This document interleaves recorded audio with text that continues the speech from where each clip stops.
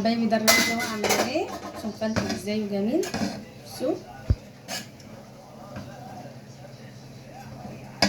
دي البسله ودي الملوخيه. يلا دي اكلت بقى اخر يوم في الشهر. شويه شوربه عملنا بيهم الملوخيه وعملنا بيهم الرز وعملنا بيهم البسله. حبايب قلب ام يوسف من جوه احلى متابعين. هنعمل بقى معاكم شويه بسله. انا التقليه اهي قربت تحمر. وهنعمل رز حبايه وحبايه ونحط عليهم شويه شعريه. وهنعمل ملوخيه. عندنا شويه شوربه هنعمل بيها الملوخيه ونعمل بيها الرز. هنا البصله احمرت اهي بتاع البسله، نحط عليها بقى الطماطم وتتسبك ونحيقها. احلى تقليه. حبايبي شويه الرز بدأ يحمر اهو، حطيت عليهم الشعريه. نحمر بقى ده مع ده.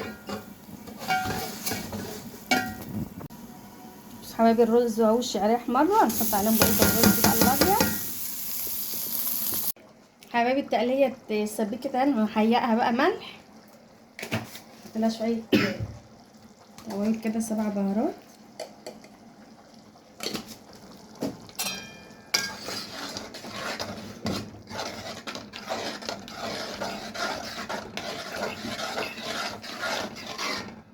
البسله هي متلجه نروح حاطينها على التسبيك وهي بتغلي.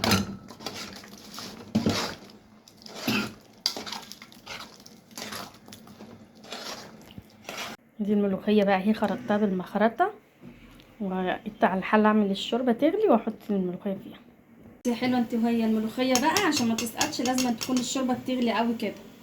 نروح مفردين الملوخيه تديها تقريبا واحده.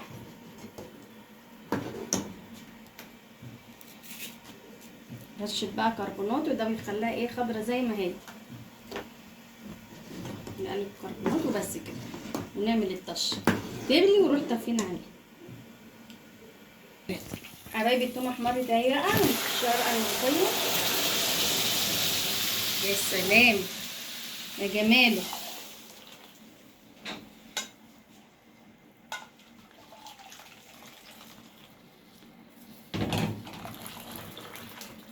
بألف هنا.